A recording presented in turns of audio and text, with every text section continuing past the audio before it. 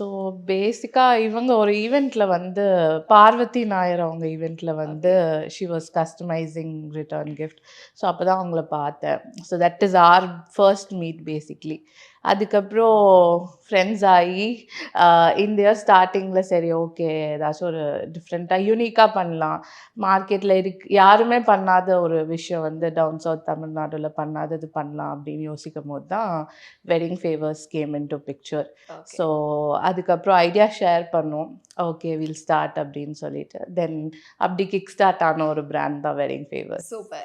ஆமா 2 ஃப்ரெண்ட்ஸும் நாங்களாம் 2 ஃப்ரெண்ட்ஸ் சேர்ந்தா ஒண்ணும் பண்ண மாட்டோம். காசிப்ஸ் பேசுவோம், டைம் வேஸ்ட் பண்ணுவோம், இதான் பண்ணுவோம். பட் 2 ஃப்ரெண்ட்ஸ் சேர்ந்து சூப்பரான ஒரு விஷயம் வந்து இப்போ பண்ணிக்கிட்டு இருக்கீங்க.